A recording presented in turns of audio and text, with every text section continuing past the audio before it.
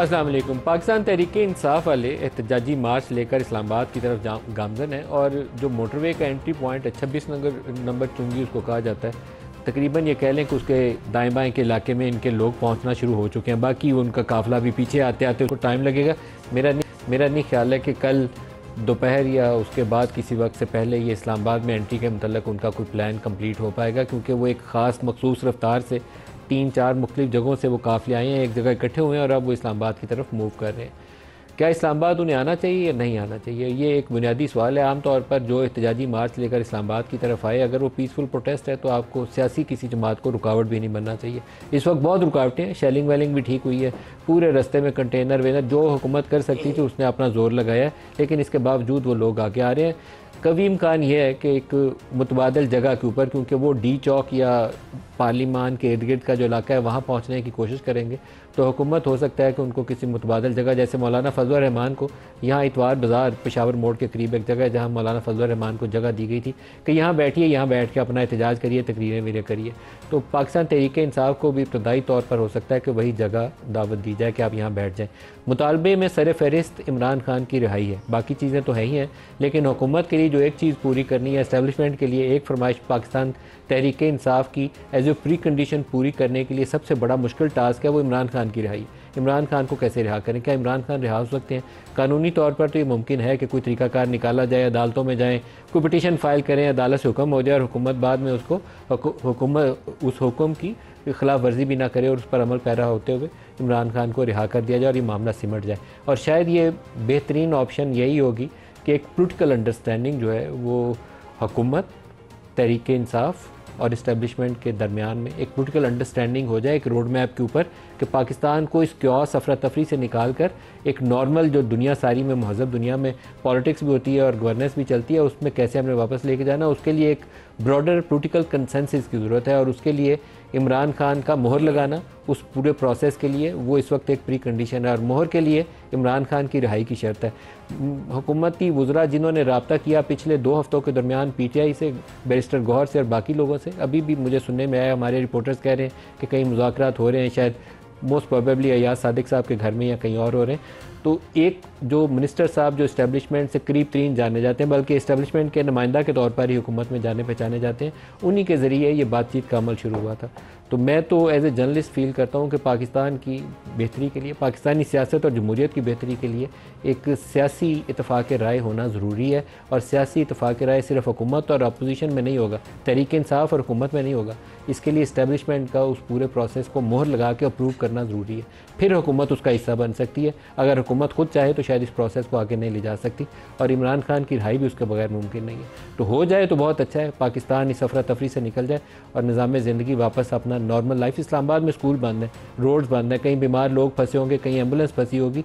ये कोई अच्छी निशानी नहीं है महज़ब दुनिया के लिए कि पाकिस्तान में एक तरफ कुर्रम में 80 लोग शहीद हो जाएं, एक चौकी के ऊपर हमला और 10 हमारे फ़ौजी शहीद हो जाएं, और हम किस क्यास में पड़े हुए हैं कि इस वक्त हमारी सूरत हाल ये है कि इमरान खान की रिहाई के लिए हमने पूरा पाकिस्तान ब्लॉक किया हुआ है। इंटरनेट बंद है, एक सोर्स जो पाकिस्तान को फॉरेन एक्सचेंज कमा के दे रहा है, हमने पूरे पाकिस्तान की इंटरनेट का बेड़ा गर्क किया हुआ है पिछले कई महीनों से, क्योंकि हम नहीं चाहते कि सोशल मीडिया के ऊपर वो जो मीम्स बनती हैं या तनकीद की जाती है वो काम चलता रहे। हमने बंद कर दिया सारा कुछ ही कि ना रहेगा बांस ना बजेगी बांसुरी।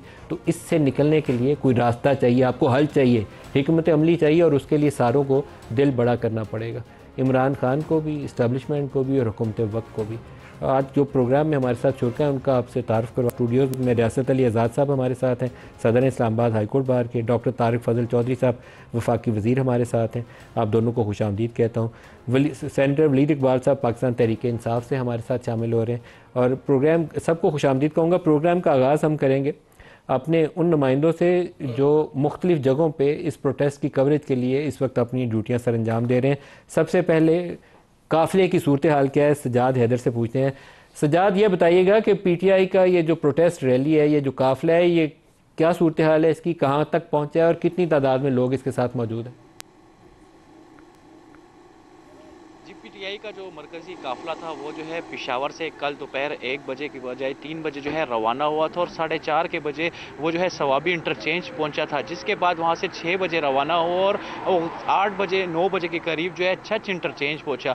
काफिला जो है सुस्त रवि से चल रहा था, जिसकी वजह ये थी कारकुनान जो थे वो कंटेनर के आगे पैदल चल रहे थे, जिससे कंटेनर और गाड़ियों की रफ्तार भी जो थी वो सुस्त रवि का शिकार हो गई और इसीलिए स्लो स्लो काफिला आगे बढ़ता गया। अगर हम बात करें तो कारकुनान जो होते थे, कुछ कारकुनान गाड़ियों में पहले ही आगे रुकावटों की तरफ जो है चले जाते थे और वो वहां जाके उनको एंगेज करते थे। जब काफिला वहां पर पहुंचा तो जो दीगर अरकान भी जो थे उनके वो वहां पे काफिले के ऊपर जाते थे और उसके साथ जो है वहां पे हटाते थे। इस बार कोई मशीनरी भी खैबर पख्तूनख्वा हुकूमत की भी इस्तेमाल नहीं हुई, प्राइवेट मशीनरी भी जो है नहीं लाएगी, जबकि कारकुनान की इतनी तादाद थी कि कारकुनान उन कंटेनर को जो है खुद ही हटा देते। कंटेनर्स के अंदर रेत भर के उसको जो है पुल के ऊपर जो है जो रखा गया। काफिले का बड़ा हिस्सा है वो इस वक्त कहाँ पर है? एक तो होता है ना, उसका हेड होता है, स्टार्ट यहाँ से हो रहा है और फिर टेल है वो पीछे कई मील पीछे तक जाती है। इस वक्त हेड कहाँ पर है उस काफिले का? जी बिल्कुल, अगर काफिले की हेड की बात करें तो वो इस्लामाबाद के अंदर जो है एंटर हो चुके हैं, लेकिन अगर लीडरशिप की हम बात करें तो लीडरशिप जो है जिसमें बुशरा बीबी, अली अमीन गंडापुर और उनके साथ जो है उमर अयूब शामिल है, वो इस टाइम हकला इंटरचेंज के ऊपर जो है पहुंच चुके हैं और वहां से आगे की जानिब उन्होंने सफ़र जो है शुरू कर दिया, जिसके बाद वो फतेह जंग से होते हुए, तरनोल से होते हुए इस्लामाबाद के अंदर दाखिल होंगे। लेकिन अभी भी हम यही बात करें जो कल पाकिस्तान तहरीक इंसाफ ने हिकमत अमली अगवाई थी कि काफिला जो है काफ़ी लीडरशिप का सुस्त चल रहा था, कुछ कारकुनान को आगे भेज दिया गया, लेकिन सजाद हमारे साथ ही रहिए, आप हमारे साथ ही रहिए। बुशरा बीबी जो है ये वक्तन फ़वक्तन खिताब करती हैं, कंटेनर अपनी गाड़ी की छत पर आती हैं और कारकुनों को बार बार मोटिवेट कर रही हैं कि इमरान खान को लिए बगैर हमने जाना नहीं है। और बुशरा बीबी की इस प्रेजेंस से पीटीआई के बहुत से लोग जो फरमाइशी गिरफ्तारियां देकर या डिसअपियर हो जाते थे कहीं कि पता नहीं हम कहाँ चले गए थे, 12 घंटे बाद बरामद होते थे, उनको भागने का मौका नहीं मिलेगा। और जिन्होंने फरमाइशी गिरफ्तारियां दी हैं उनके लिए शायद पार्टी के अंदर दोबारा अपना चेहरा दिखाना काफ़ी मुश्किल हो जाए। कमरुल मुनव्वर साहब हमारे साथ है। कमर, ये बताइए कि इस्लामाबाद तो इस वक्त बड़ी मुश्किल में है। मैं अभी जिन रस्तों से होके इस्लामाबाद में अपने ऑफिस पहुंचा हूं, मुझे लगता है कि बेशतर लोगों को तो इस्लामाबाद रहते हुए ये भूल भलियों में यही नहीं समझ आएगी कि डी चौक गया किधर है। जी बिल्कुल सर, अगर ये देखा जाए कि इस्लामाबाद के डी चौक को जाने वाले जो रास्ते हैं वो मुकम्मल हैं। इसके अलावा एक एक्सटेंडेड रेड जोन का नाम दिया गया था जिसमें 0 पॉइंट का एरिया आता था। इसके अलावा क्लब रोड, F8 मार्गला रोड, अब वो एक्सटेंडेड जो रेड जोन है उसको भी मुकम्मल बंद कर दिया गया है। छोटे छोटे जो रास्ते हैं, इवन सर्विस रोड्स, वहाँ पर भी कंटेनर्स रखे गए हैं। जो छोटी गलियाँ इस तरफ आती थी, ब्लू एरिया की तरफ खुलती थी, वहाँ पर सीमेंट के बैरियर रख के उनको भी मुकम्मल तौर पर बंद किया गया है। इसके अलावा जो पुलिस की नफरी है वो ना सिर्फ डी चौक में मौजूद है बल्कि रेड जोन के अंदर तो रेंजर्स और FC की नफरी को तैनात किया गया है। जो सिंध पुलिस और पंजाब पुलिस की नफरी है उसको जितने भी दाखिली रास्ते हैं रेड जोन के खास तौर पर वहाँ पर तैनात किया गया है। इसके अलावा फैज़ाबाद और दूसरे जो मकाम जहाँ से जो एंट्री पॉइंट बन सकते हैं इस्लामाबाद में दाखिल होने के, वहाँ पर कंटेनर्स जो हैं वो रखे गए हैं और तमाम रास्ते जो हैं छोटे छोटे ट्रक खड़े करके उनको भी बंद किया गया है। अच्छा, ज़हीर अली हमारे साथ हैं और ज़हीर अली से भी पूछते हैं। ज़हीर, हमारे पास जो इतलात आ रही हैं कि 26 नंबर चुंगी पे वो जो इस काफ़िले का इब्तदाई हिस्सा है वो पहुंचना शुरू हो चुका है, बाकी काफ़िला भी पीछे, काफ़ी अच्छी तादाद है, नंबर्स इनके पेशावर वाले ठीक ठाक हैं। आप मुझे बताएं कि इस वक्त क्या पोजीशन है 26 नंबर चुंगी और इस इलाके की क्या सूरत हाल है? देखिए, यहाँ पे जो मेन एंट्री पॉइंट तो यही है, जो काफिला आएगा चाहे GT रोड से, इस वक्त तो मोटरवे से आ रहा है, लेकिन GT रोड से आने वाले जो रास्ते हैं उनको पुल के ऊपर से दोनों अतराफ में कंटेनर लगाए गए, जबकि जो मोटरवे से श्रीनगर हाईवे की तरफ एंट्री है वहाँ पे दिन में जुज़वी तौर पे तो उन्होंने खोला हुआ था आने जाने के लिए, लेकिन दोपहर के बाद 3 लेयर लगाई गई हैं कंटेनर्स की। आने जाने के दोनों रास्तों पे रेंजर्स की भारी नफरी पुल के ऊपर तैनात है और जबकि उसके अलावा पुलिस भी बड़ी तादाद में यहाँ पे मौजूद है। कुछ देर पहले जो मकामी आबादी है यहाँ पे, वहाँ से थोड़ी बहुत शरारत करने की कोशिश की गई तो यहाँ पे पुलिस की जानिब से शेलिंग की गई और कारकुनान जो ज़्यादा तादाद में नहीं थे, चूँकि दिन भर यहाँ पे मेन एंट्री पॉइंट ये ज़रूर है, लेकिन मेन फोकस जो मैन आने वाला काफिला इस वक्त हकला के करीब पहुंचा हुआ है। जब वह यहाँ इंटर होगा तो उसके बाद बड़ी मज़ामत यहाँ पे होगी, क्योंकि पुलिस और इंतज़ामिया की तैयारी भी है।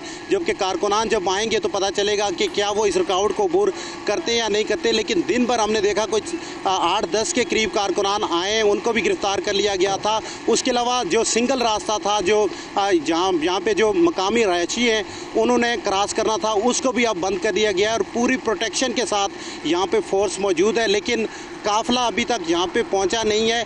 कुछ देर में चूँकि काफ़िला स्लो चल रहा है, पैदल चल रहे हैं कुछ लोग, जो मेन कंटेनर है जिस पे लीडरशिप है, और उसके आगे आगे चूँकि कारकुनान पैदल चल रहे हैं, तो इसलिए यहाँ पे पहुँचने में उनको टाइम लग रहा है। लेकिन यहाँ पे जो मकामी लोग थे उनको खासी यहाँ तक पहुँचने में उनको भी मज़ीद टाइम लगेगा, क्योंकि इस्लामाबाद के लिए एक आगे भी एक इनका लाहे अमल है, और वो मुझे लगता है कि वो बहुत अभी स्लो आएंगे, जल्दी में नहीं इस्लामाबाद एंटर होंगे। लीडरशिप अभी सबसे टाइम लगा के, कुछ वक्त लगा के, चंद घंटे सर्व करेगी, उसके बाद इस्लामाबाद के एंट्री पॉइंट पे पहुंचेगी। आप सबका मैं शुक्रिया अदा करता हूं। डॉक्टर तारिक फजल, इस्लामाबाद में अगर 8-10 हज़ार बंदा इकट्ठा हो जाए ना, इस्लामाबाद की ये आपके पार्लिमान के सामने वाली रोड पे, चाइना चौक और पार्लिमान के सामने, तो ये इस्लामाबाद को मफलूज करने के लिए ही काफ़ी होता है। आपने जितने कंटेनर्स लगाए हुए हैं, आपने रस्ते वस्ते बंद करके डिसफंक्शनल तो पूरा शहर को वैसे ही किया हुआ है, तो उनकी तादाद काफ़ी अच्छी है। तो why not a political understanding, a dialogue to for a way forward.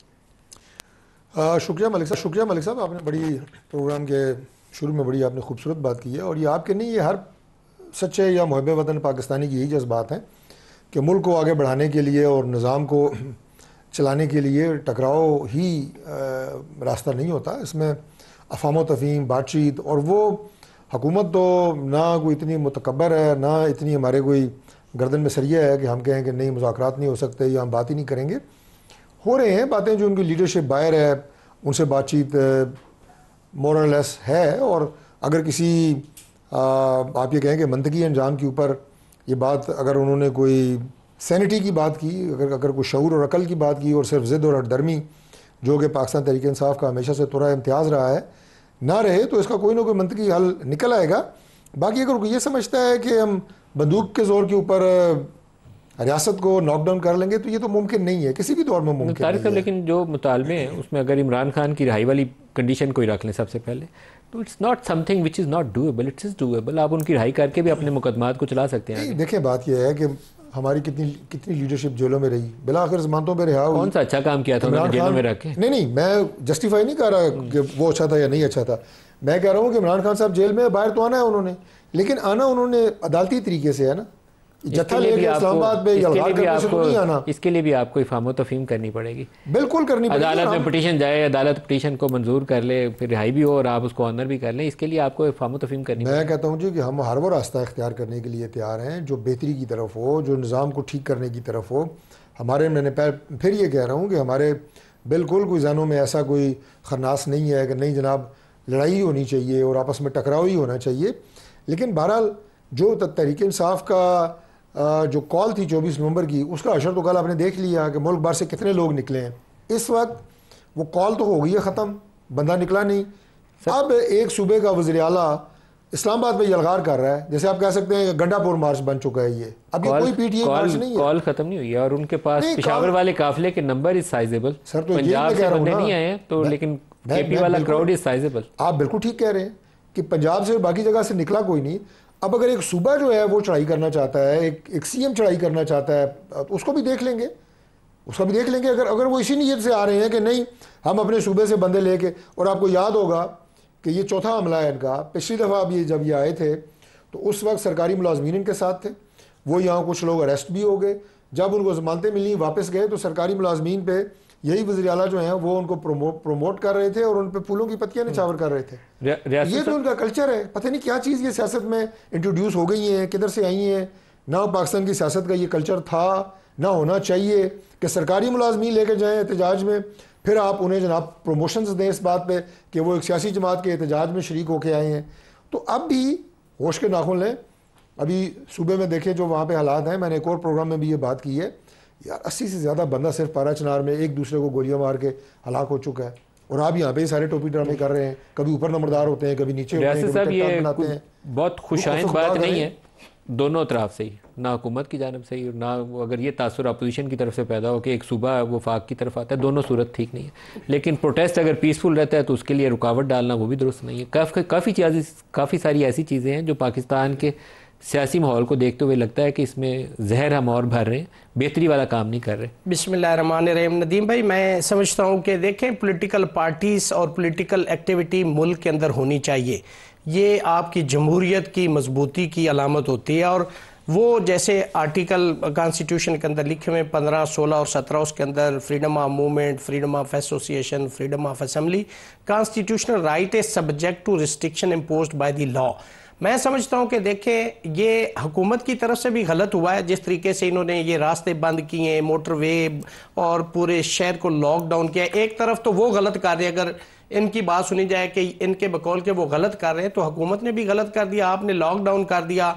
जो बाकी शहरी थे उनके हकूक की पामाली आपने भी कर दी। सवाल ये नहीं, सवाल ये है कि 200 अरब रुपए पर डे इस लॉकडाउन से मईशत को नुकसान हो रहा है। अगर हुकूमत भी चाहती है कि इस मुल्क के लिए बेहतर हो और अपोजिशन भी चाहती है, अपोजिशन को आप करने दें, आप परेड ग्राउंड में उनको मौका दे दें, आप वहां पे उनको जलसा जुलूस करने दें और उसके इर्द गिर्द आप कार्डन ऑफ कर लें। ये एक इसका बेहतरीन सोल्यूशन था।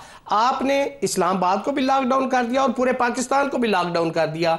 अब सवाल यह पैदा होता है कि अगर वो आते हैं और अपनी एक्टिविटी करते हैं तो मैं समझता हूँ अगर वो वायलेशन करेंगे तो लाजमी बात है उनके खिलाफ कानूनी कार्रवाई होगी। लेकिन सवाल ये भी नहीं, अगर इमरान खान की रिहाई की बात करते हैं, ये बड़ा सादा सा सलूशन है।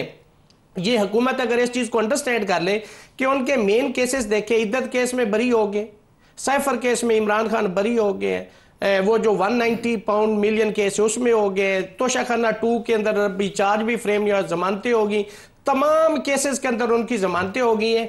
अब आप ये रिएक्शन अगर शो ना करते और हुकूमत ये पॉजिटिव क्रेडिट लेती कि आप किसी भी fake, fictitious, groundless, cryptic FIR या मुकदमे के अंदर उनकी गिरफ्तारी ना डालते, आप कहते हैं कि ठीक है ड्यू प्रोसेस ऑफ लॉ उनकी जमानतें होगी, बाहर आ जाते, तो ये हुकूमत को क्रेडिट जाता। लेकिन इन्होंने भी ये तय किया हुआ है बाय हुक कर क्रोक उसको जेल में रखना है। और PTI के फॉलोइंग उनकी बड़ी है, बड़ी पार्टी है, लोग उसके फॉलोअर्स हैं, वो चाहते हैं कि इमरान खान को बाहर आना चाहिए और वो ये समझते हैं। और इनके हुकूमत के इन इकदामात से, इश्तिहाल अंगेज बयानात से एक सॉफ्ट कॉर्नर जो एक इम्पार्शल अपने आप को समझता है वो भी ये समझता है कि शायद इनके साथ जुल्म हो रहा है, ज्यादती हो रही, उसकी राय भी तब्दील हो रही। तो मैं समझता था कि उस चीज को गवर्नमेंट को कैश करना चाहिए था कि हम तो पॉजिटिव मूव कर रहे हैं, हमने तो देखे अदालतों पे छोड़ दिया है, अदालतें जमानत दे रही है, हमारा क्या कसूर है अगर केस जेन्युइन भी है। लेकिन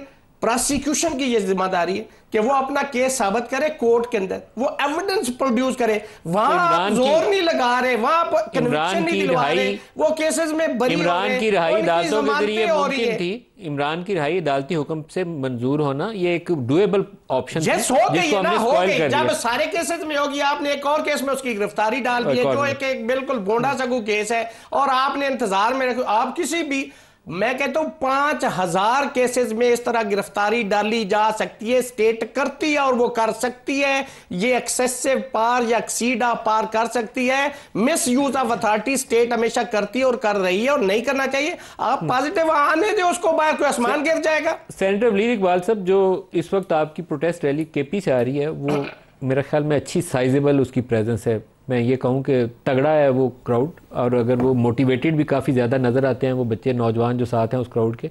मुझे लगता है कि अगर इस्लामाबाद के किसी भी जगह पे उनको मौका मिला तो अपनी प्रेजेंस महसूस करवाएंगे कि हम लोग आए हैं या इमरान खान की रिहाई के लिए आए हैं। लेकिन पंजाब वाली साइड काफ़ी डिसअपॉइंटमेंट नज़र आती है, क्यों? देखिए जी नदीम साहब, नदीम मलिक साहब, बात सारी ये है, एक तो आज कि आप कोई अखबार खोल के देख लें, मैं भी आपकी जनरेशन से ही हूँ, मैं अखबार पढ़ता हूँ इसी तरह जिस तरह ये अखबार है, और ज़्यादातर ने यही लफ्ज़ इस्तेमाल किया हुआ है, गवर्नमेंट पैनिक में है, गवर्नमेंट खौफज़दा है, ये बैरिकेडिंग और ये कंटेनराइजेशन और ये सारा कुछ जो है इससे और कुछ नहीं किसी बात की दलील सवाए इस चीज़ के कि वो खौफज़दा हैं और इनसिक्योर हैं। और बात भी ऐसी है। और मैं आप इससे पहले कि मैं आपके मखसूस सवाल का जवाब दूं, सवाल जो उठाने की ज़रूरत है और आप उसका जवाब बेशक दिल में दें, आप मुझे या आपके नाजरीन भी दिल में ही दे दें कि भाई ये जो 8 फरवरी को जो हुआ ये सबके सामने है, सबको पता है क्या हुआ।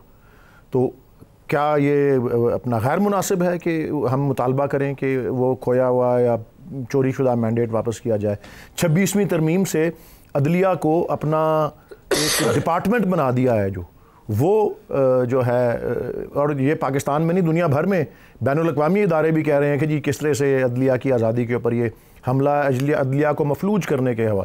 ये सुप्रीम कोर्ट और हाई कोर्ट की बात कर रहा हूँ। तो बात सारी ये है नदीम मलिक साहब के वलीद इकबाल साहब, मैं तो आपके इस सवालों का जवाब दिल में देने की बजाय मैं तो 8 फरवरी से पहले भी और उसके बाद भी टीवी पे बैठ के इसका जवाब देता हूँ कि 8 फरवरी के इंतखाबात की शफाफियत के ऊपर सवाल उठाना आप लोगों का हक है और आपको इंसाफ भी मिलना चाहिए। वो फॉर्म 45, 47 के इशू, उसके ऊपर भी मैं कहता हूँ ऑडिट होना चाहिए, कोई मजायका नहीं है, मुझे इसमें कहते हुए गुरेज नहीं है। लेकिन आपने मेरे सवाल का जवाब नहीं दिया। ये लीडरशिप पंजाब वाली जो थी वो बंदे क्यों मोबिलाइज नहीं कर सकी? पंजाब में आपको बहुत वोट पड़ा था। जी जी, वो लड़के वो प्रोटेस्ट आपके पंजाब वाली साइड से क्यों नहीं है? मैं उसकी वजह बयान कर देता हूँ जी। ये हमारी स्ट्रैटेजी का हिस्सा है, बल्कि आप उसको टैक्टिकल रिट्रीट समझ लें कि भाई जब आपने रास्ते ही सारे बंद कर दिए हैं, जब सारा कुछ आपने मोटर रास्ते केपी वाले भी तो बंद है सर। नहीं माशाल्लाह, अगर नहीं फासला वहाँ कम है ना। अगर मोटरवेज पेशावर से लेकर मुल्तान तक मोटरवे बंद कर दी है, लाहौर को सारे तरफ से सील कर दिया है, फैसलाबाद, सरगोधा, बट लेकिन कुछ करीब शहर हैं जिस तरह मियाँ वाली है,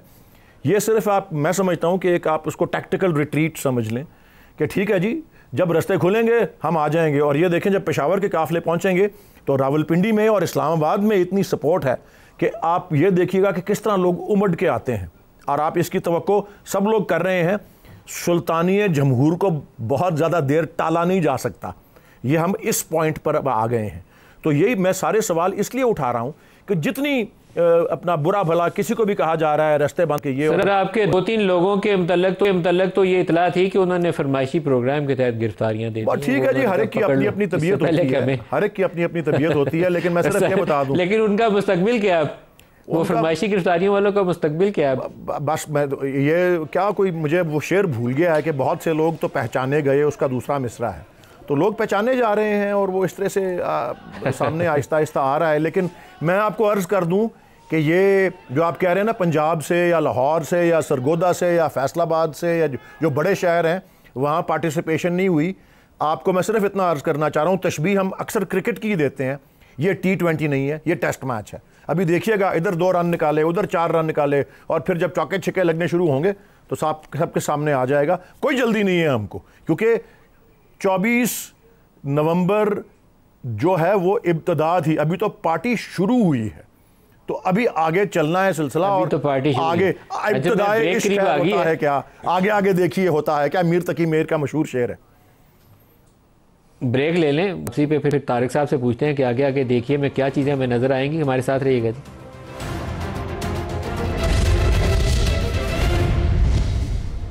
प्रोग्राम में दोबारा खुशामदीद कहते हैं। अभी हमारे न्यूज़ अपडेट्स आ रहे हैं जिसके मुताबिक यह है कि कोई बातचीत का अमल है जिसमें कुछ हुकूमत की जानिब से 2-3 लोग बैठे हुए हैं और कुछ अब पाकिस्तान तहरीक इंसाफ के 2-3 सरकर्दा जो लोग हैं वो उसमें बैठे हैं।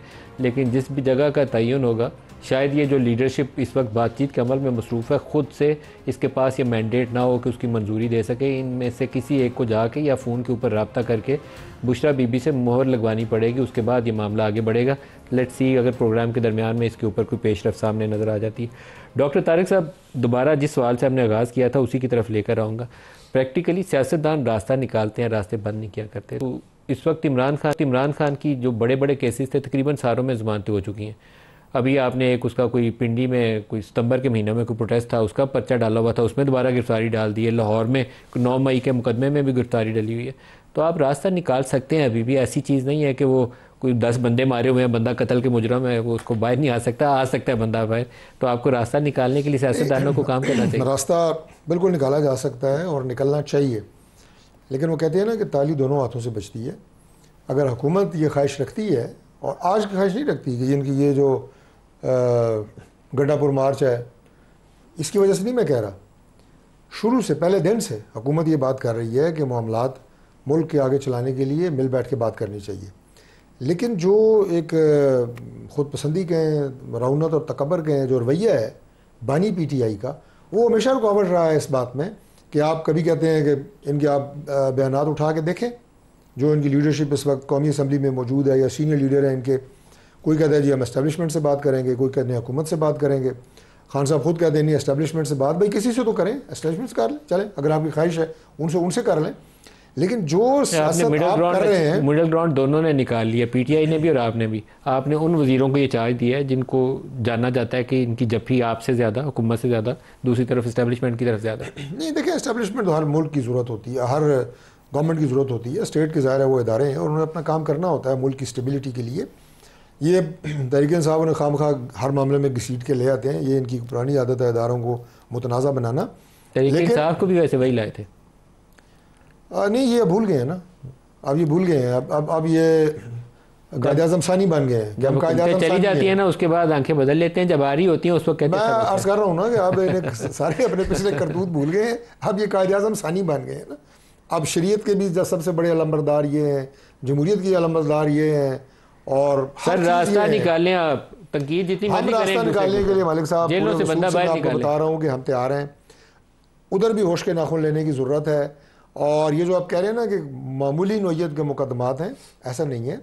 190 मिलियन पाउंड जो 170 अरब रुपए का मुकदमा है, इस वक्त उसमें गिरफ्तारी फैसला होना है, अभी नहीं है, लेकिन वो अभी है रही है, प्रोसिक्यूशन काम कर रही है। 6 महीने बाद अगर काम होना है तो अभी तो बंदा अंदर जेल में नहीं ना डाल सकते। जो वाकयात हैं, अच्छा एक तो उसमें भी इमरान खान साहब पे मुकदमा है, लेकिन मैं एक और बात उस एंगल से आपको कह दूं कि 9 मई में जब ये सारे इन्होंने हमले किए हर इंस्टॉलेशन के ऊपर, पता है सबको, उस वक्त इनका मौक़िफ़ क्या था कि गवर्नमेंट किधर थी, रोका क्यों नहीं, मॉब को रोका क्यों नहीं रोका तभी मुसीबत है, तभी इल्ज़ाम है कि रोका क्यों नहीं।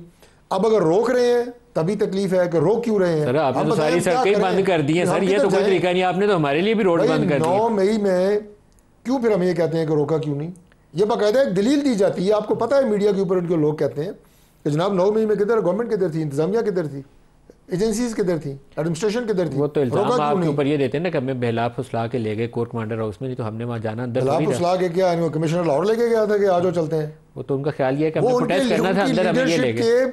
बयानात मौजूद हैं, वीडियोस मौजूद हैं, बात दूसरी तरफ चली गई है, लेकिन जो उनको उकसा रहे थे उनके इमरान को छोड़ेंगे कि नहीं छोड़ेंगे ये बताएं, उसके ऊपर आपकी एग्रीमेंट बन जाती है पीटीआई के साथ, इमरान को छोड़ेंगे कि नहीं छोड़ेंगे?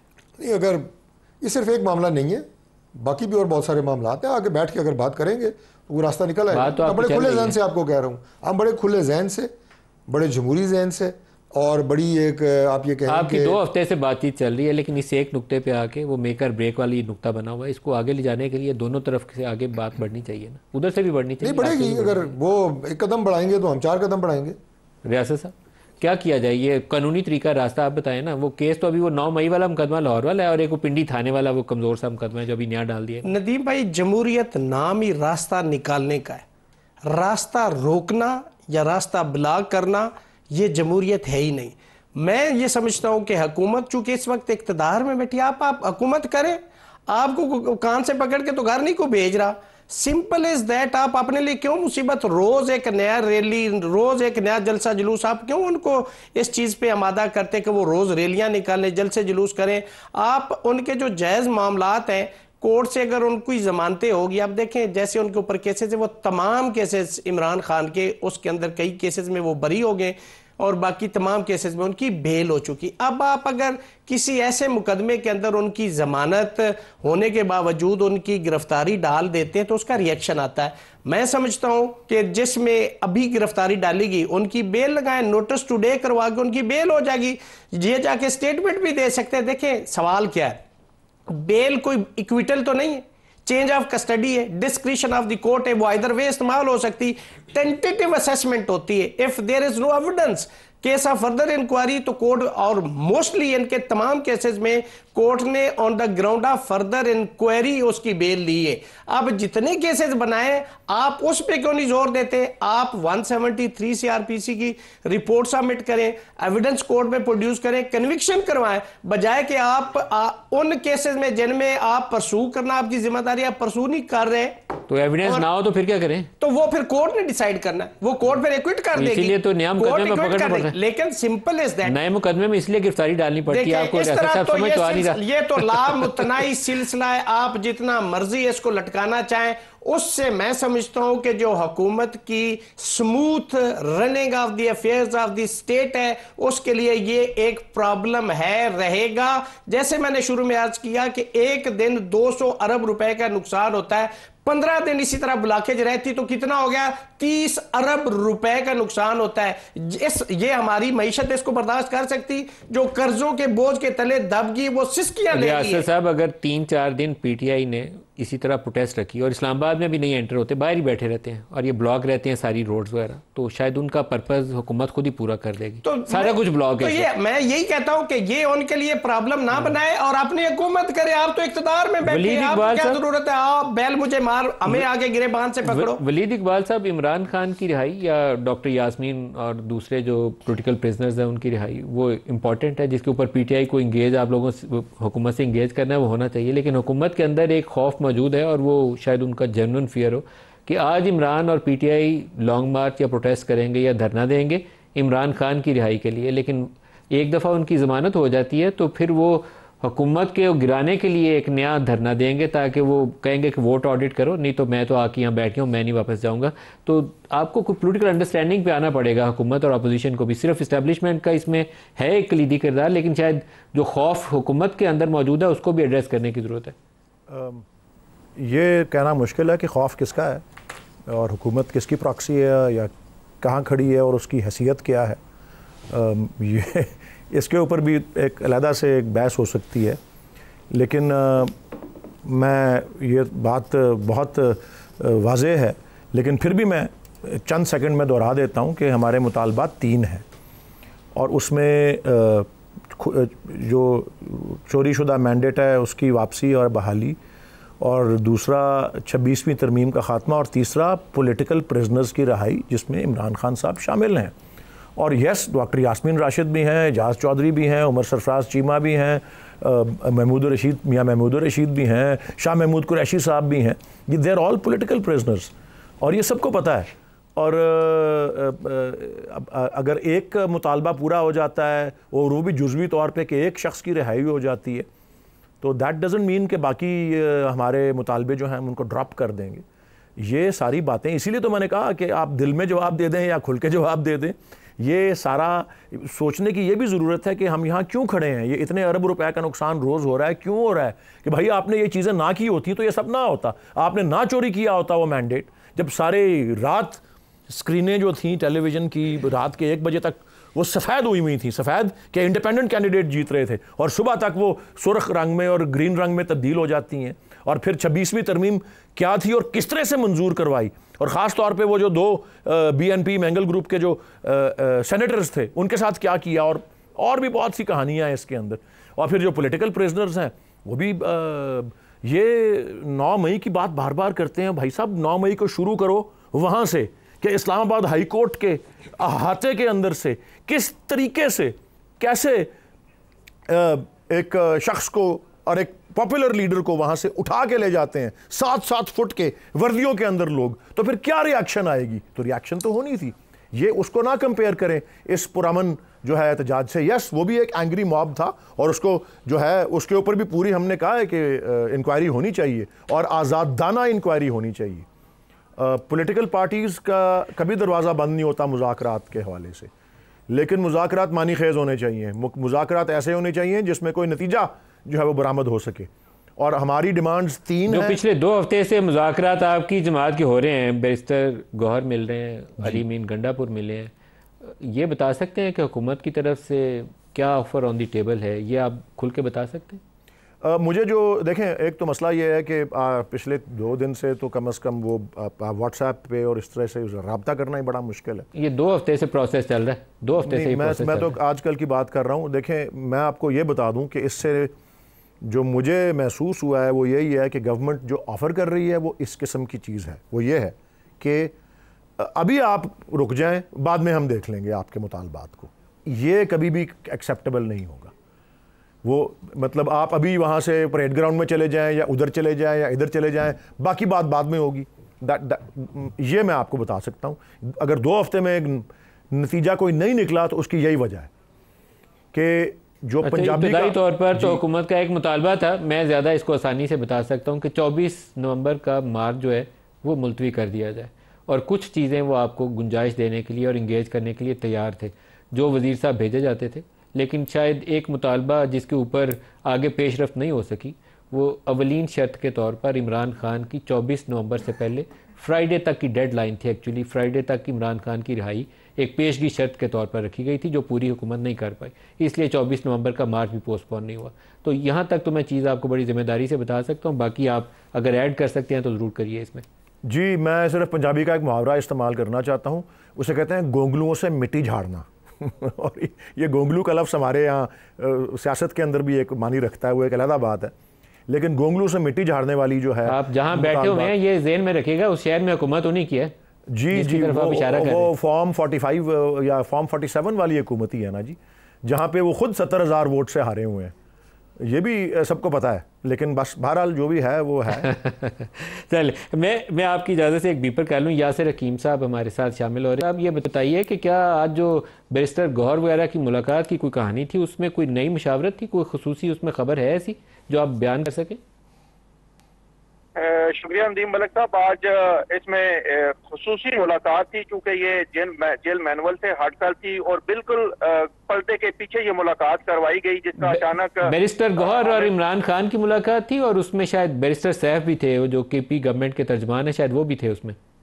जी नदीम मलिक साहब, बिल्कुल बैरिस्टर गौहर के साथ केपी हुकूमत के तर्जमान बैरिस्टर सैफ भी थे। ये पर्दे के पीछे मुलाकात करवाई जा रही थी, जिसकी अचानक इतला मिलने पर हम अडेला जेल के बाहर पहुंचे तो वो एक नाका क्रॉस कर रहे थे, लेकिन जैसे ही बैरिस्टर गौहर ने गाड़ी में से देखा कि हम उनकी फुटेज बनाते हुए उनकी जाने पड़े, तो उन्होंने अपनी गाड़ी का शीशा ऊपर कर लिया और काफी इसरार के बाद उन्होंने वो गाड़ी का शीशा नीचे किया और उन्होंने इस बात की तस्दीक की कि वो इमरान खान से मुलाकात करके वापस आ रहे हैं। बुनियादी तौर पर यह मुलाकात जो थी, जो केपी से एहतजाज आ रहा है उससे पैदा शुदा सूरत हाल और अदालती फैसले की सूरत हाल के पेश नजर में थी, और इसमें कुछ ऐसे बातें भी उनके सामने, इमरान खान साहब के सामने रखी गई जिनके जरिए कुछ हुकूमत से किसी भी किस्म की फैसिलिटेशन लेने की कोशिश की जा रही है। बैरिस्टर गौहर साहब से कैमरे से हटकर जब हमने ये पूछने की कोशिश की तो उन्होंने किसी भी किस्म की कोई भी तफसीलात बताने से इनकार करते हुए सिर्फ इतना कहा कि मुज़ाकरात हो रहे हैं और हम आपको जल्द इस हवाले से आगाह करेंगे। उनका ये कहना था कि हम चाहते हैं कि कोई ना कोई इसका सूटेबल हल निकल आए ताकि मामला जो है वो एजिटेशन की तरफ मजीद ना बढ़े। यासिर, बहुत शुक्रिया आपने मैं ज्वाइन की। TI की लीडरशिप जो है ज़्यादातर वो किसी मुआहदे की हक में है, वो ये चाहते हैं कि हमारा एग्रीमेंट हो जाए, लेकिन वो मेक और ब्रेक पॉइंट जो है वो एक सेंट्रल जो एक फिगर इमरान खान की रिहाई है उसके ऊपर आके अटकता है। डॉक्टर साहब, कुछ वे फॉरवर्ड सियासतदान तजवीज़ करते हैं, आप कोई वे फॉरवर्ड सुजेस्ट कर सकते हैं, क्योंकि आप लोग इंगेज कर चुके हैं ऑलरेडी PTI को, तो इंगेज करने का इंटेंट और नीयत तो ये होनी चाहिए कि यहाँ से रास्ता निकल आए, तो रास्ता निकल नहीं रहा फॉर लास्ट मैनी डेज। मैं इसको डेली फॉलो करता हूँ कि कोई रास्ता निकले। मैं तो ज़ाती तौर पर भी और हुकूमती सतह के ऊपर भी बिल्कुल रास्ता निकालने की कोशिश जो है वो की जाएगी, की गई है, लेकिन मुझे लगता ये है कि एंड के ऊपर फिर कुछ देखें ना, ये ख़ुद भी एक स्टेट ऑफ फिक्स में है, तो जो दावे ये बुलंदो बांग ये कर चुके हैं कि जनाब लाखों की तादाद में लोग जो है वो सड़कों के ऊपर होंगे और सैलाब होगा और समुंदर होगा, तो वो जो आपने सेनेटर साहब से पूछा कि वो सैलाब समुंदर, तो कुछ भी नहीं था सिवाय अली अमीन गंडापुर के एक काफिले के, जैसे मैं गंडापुर मार्च कह रहा हूँ, और बाकी तरीके से कहाँ आपको नजर आई नहीं साइजेबल या नहीं साइजेबल क्वेश्चन नहीं है ना। मैं पूरे पाकिस्तान वर्सेस KP की बात कर रहा हूँ। तो पंजाब वाली साइड से कोई नुमाइंदगी नहीं है, वो अपने साथ एक लश्कर लेके लश्कर कशी की कोशिश कर रहा है। एंड पे ये ना हो कि फिर ये इन्हें फेस सेविंग मांगनी पड़े, ये मुज़ाकरात का अख्ताम की उधर ना चला जाए कि आप हमें कोई ऐसी चीज़ दें ताकि हमारी फेस सेविंग हो जाए। इसलिए अपने आप को इतना बड़ा अगर वो 3-4 दिन अगर वो आके बाहर बैठ जाते हैं, नहीं अंदर इस्लामाबाद में आते, बाहर ही रास्ता रुक जाते हैं, तो आप पूरे पाकिस्तान को अगले 4-5 दिन बंद रखेंगे, इस तरह लॉकडाउन में रखेंगे? नहीं, लॉकडाउन में देखिए मलिक साहब रखना किसी की भी ख्वाहिश नहीं है, पूरा पाकिस्तान लॉकडाउन में है इस वक्त, और ना ये आप ये कहें कि मुल्क के लिए कोई अच्छा है। जैसे कि अभी रियासत साहब ने बात की है, जो इस वक्त मईशतदान है वो बात बता रहे हैं कि आदाद शुमार बता रहे हैं 150-200 अरब रुपया डेली, तो क्या ये हमारी वजह से हो रहा है? और ऊपर इंटरनेट की वजह से हो रहा है। 8 महीने जो फरवरी के इलेक्शन से हमने इंटरनेट के साथ जो कुछ किया हुआ है वो भी मैं कह रहा हूँ कि अवाम की आज मुश्किलात हैं, जो आप कह रहे हैं कि मुझे अपने चैनल तक आने तक रसाई जो है वो मुश्किल हो रही है, ये हमारी वजह से है, ये PTI की वजह से है, उनके बार बार हमलों की वजह से। कंटेनर तो आपने कंटेनर शौक है हमें कंटेनर लगाने का कि बाहर से भी नफरी मंगवाएं, और यहाँ पे जनाब इस्लामाबाद की बात तो मुझे लगता है कि आप लोग PTI के साथ मिले हुए हैं। अगर ये क्राउड मेक श्योर कि यहाँ इस्लामाबाद में ना बिल्कुल एक वीरानी नजर आए। आप ही के चैनल पे कहा था, मैंने कहा अगर इस्लामाबाद को ये अली अमीन साहब की गंडापुर की सरबराही में जो जता आ रहा है, अगर इसको इस्लामाबाद में घुसने की आज़ादाना इजाज़त दे दी जाए तो ये आपके स्टूडियो के फर्नीचर भी उठा के ले जाएं। कोई निजी सरकारी इमारत बच सकती है? मुझे आप ये बताएं। नहीं बच सकती। एंट्री पॉइंट पे रोके ना आपने, तो यहाँ शहर की हर सड़क के ऊपर कंटेनर खड़ा किया हुआ। नहीं, शहर की हर सड़क के ऊपर तो पर आपको तो रोकने के लिए खड़ा नहीं किया हुआ। आपको तो मैं रास्ता बता दूंगा कि कैसे आराम से आप चले जाएंगे। ये रियासत साहब से पूछे, रियासत साहब को भी बता दूंगा। यहाँ से वो कोई आधा किलोमीटर दूर अपनी गाड़ी खड़ी करके दफ्तर आए और वापसी तक अगर गाड़ी उठा ली गई तो वो आपको भरनी पड़ेगी। वो डॉक्टर साहब से बता रहा हूँ, मैं तो आपके स्टूडियो के सामने गाड़ी ले आया हूँ, इन्होंने मेरे से पूछा नहीं। पूछा नहीं, ये मेरी गलती है। लेकिन मैं जहाँ से आया हूँ ना, कंटेनर्स लगे हुए थे, रास्ते बंद थे, और वाकई मैं गाड़ी पीछे खड़ी करके और पैदल आया हूँ। और वहाँ पे भी पुलिस वालों को बता गया हूँ कि नदीम मलिक साहब के शो में जा रहा हूँ तो मुझे जाने दे, कि किसी और खाते में ना पकड़ ना लेना। तो ये है कि सिचुएशन इस्लामाबाद के अंदर देखिए, स्कूल बंद है, वो कहेंगे एक शर्पसंद को ब्लू एरिया से गिरफ्तार कर, स्कूल बंद है। आज इस्लामाबाद हाई कोर्ट के अंदर वकला नहीं पहुंच सके, लोगों के केसेस सारे एडजर्न हुए, कोई वकला साहबान वहां पहुंच नहीं सके और केसेस की समाअत नहीं हो सकी। ये जो डिस्पेंसेशन ऑफ जस्टिस है, ये एक रास्ता मुकम्मल तौर पे।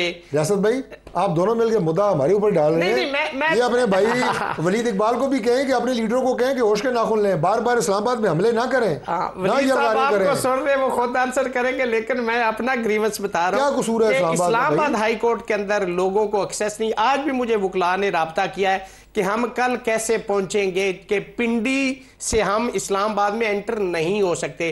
तो मैंने उनको ये सर्विस कम से कम रिक्वेस्ट की कि आप अपने केसेस मुझे रेफर कर दें। एक मारगला रोड खुली, मैं वहां से अगर पहुंच गया, सुबह पता नहीं जाने दें या ना, अगर मैं पहुंच गया तो वहां पे रिक्वेस्ट करूंगा कि केसेस अर्जेंट हो जाए। क्योंकि बहुत सीनियर कानूनदान है, मैं एक सवाल करना चाहता हूं उनसे।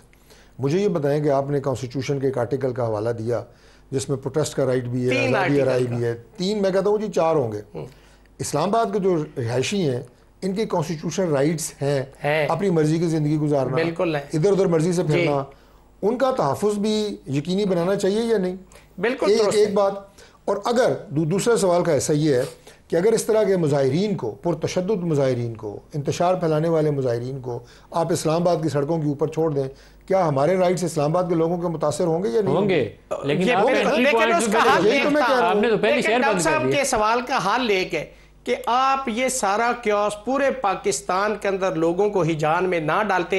आप जो ही उन्होंने कहा कि हमने मार्च करना है, आप उन्हें परेड ग्राउंड या पेशावर मोड़ एक जगह स्पेसिफाई कर देते, ये सिचुएशन क्रिएट ही ना होती, स्कूल आज बंद ना होते, आज बंद, वहां पे लोगों को यही हुआ था पहुंचने के लिए। 2014 में यही हुआ था। अपारा के पास इनके मार्च गौर साहब, इनके कज़न कादरी साहब भी थे, इन्होंने रिटर्न एग्रीमेंट हुआ था कि वहाँ बैठेंगे। उसके बाद वहाँ से मार्च करके इन्होंने radio Pakistan, parliament house, TV, PM house, सब पे चढ़ाई की थी। आपको नहीं पता? लेकिन पहले आप जगह देते तो सही ना, एक आप हर बात करके मुकर जाते हैं। जगह आपने दी भी नहीं ना, आप जगह देते ही नहीं। जगह क्या, हम पहले नहीं, वो कहते हैं कि मुहावरा मेरे भाई बार बार सुना रहा है, वो कहते हैं कि दूध का जला छाछ भी फूंक फूंक के पीता है। डॉक्टर तारिक फजल चौधरी साहब, रियासत अली आज़ाद साहब, सेनेटर वलीद इकबाल साहब, आज के लिए इतना ही, इजाज़त, हाफ़िज़।